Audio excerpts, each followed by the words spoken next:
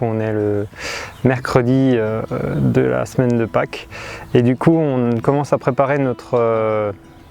décoction de prêle. On porte à ébullition et puis après on va la faire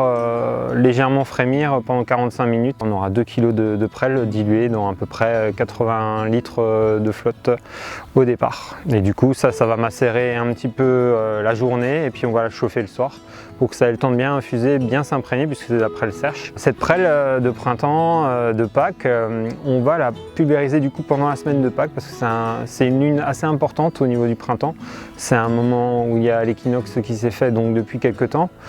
C'est soit proche, soit un peu plus loin suivant l'année. En faisant cette décoction qu'on va pulvériser au sol, en grosses gouttes, va en fait nous fixer, enfin nous limiter en fait l'effet de l'humidité et donc avoir un impact sur les maladies cryptogamiques que sont le mildiou, que sont l'oïdium. Et en fait à travers des essais que Pierre Masson a développé avec pas mal de vignerons, dont Patrick Meyer en Alsace et d'autres biodynamistes, ils ont mis en avant que cette prêle de Pâques a une influence sur la maturation des œufs de mildiou et sur leur germination, et ça les retarde souvent dans les conditions du coup humides d'un printemps humide. Donc là on n'est pas dans un printemps humide pour l'instant cette année, on vient d'avoir un petit peu d'eau, mais donc du coup on la pulvérise parce que vu l'an dernier, vu l'état sanitaire qu'on a eu dans les vignes, on préfère faire cette prêle de Pâques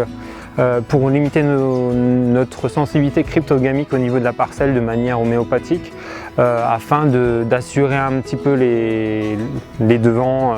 par rapport à l'année qui va se poursuivre. Là c'est le commencement de nos préparats que donc on fait soit avec le quad que vous avez vu à travers une pulvérisation avec des grosses gouttes, soit à dos, donc du coup dans les endroits un peu plus escarpés où le quad passe pas, où c'est un peu plus pentu. Donc là on va le faire à la pompe à dos.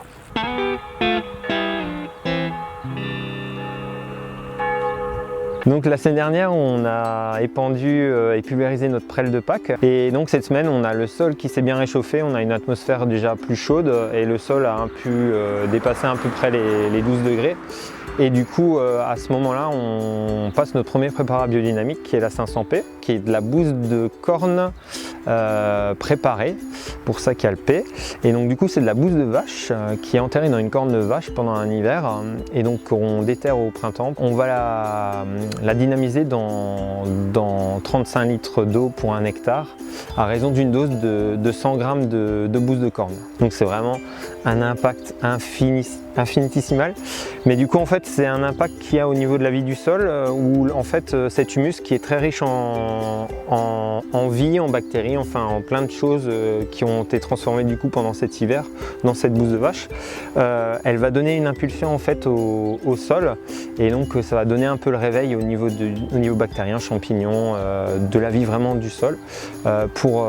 réveiller un petit peu cette vie qui était en latence pendant l'hiver.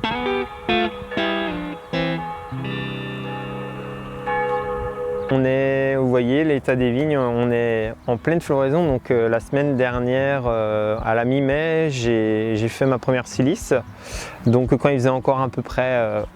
on va dire assez tempéré, quand il n'y a pas eu des canicules, en fait je vais épandre ma deuxième préparation biodynamique qui est donc la 501, donc qui est une silice, qui est issue d'un quartz qui est juste broyé en fait, et donc là à une dose de 4 grammes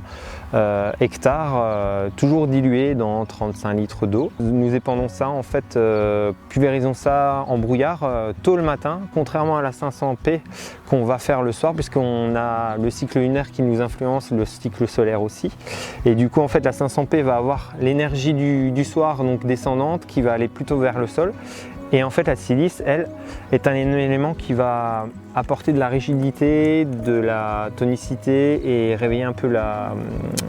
plante au niveau structural. Et du coup en fait la silice, contrairement du coup à la 500P, on va aller tôt le matin au plus proche du coup du lever du soleil. Donc ça fait souvent des belles photos, donc pour ma compagne qui est amatrice de belles photos. Et voilà, donc du coup on va faire cette silice plusieurs fois avant la fleur, quand on a un début de printemps, début d'été qui est vraiment humide, voire très peu ensoleillé, puisque du coup en fait la silice va être un élément très solaire qui va aider la plante à mieux faire sa photosynthèse aussi. On va arrêter de la faire pendant la floraison, on va sûrement en refaire une généralement 15 jours, 3 semaines avant le début des vendanges pour en fait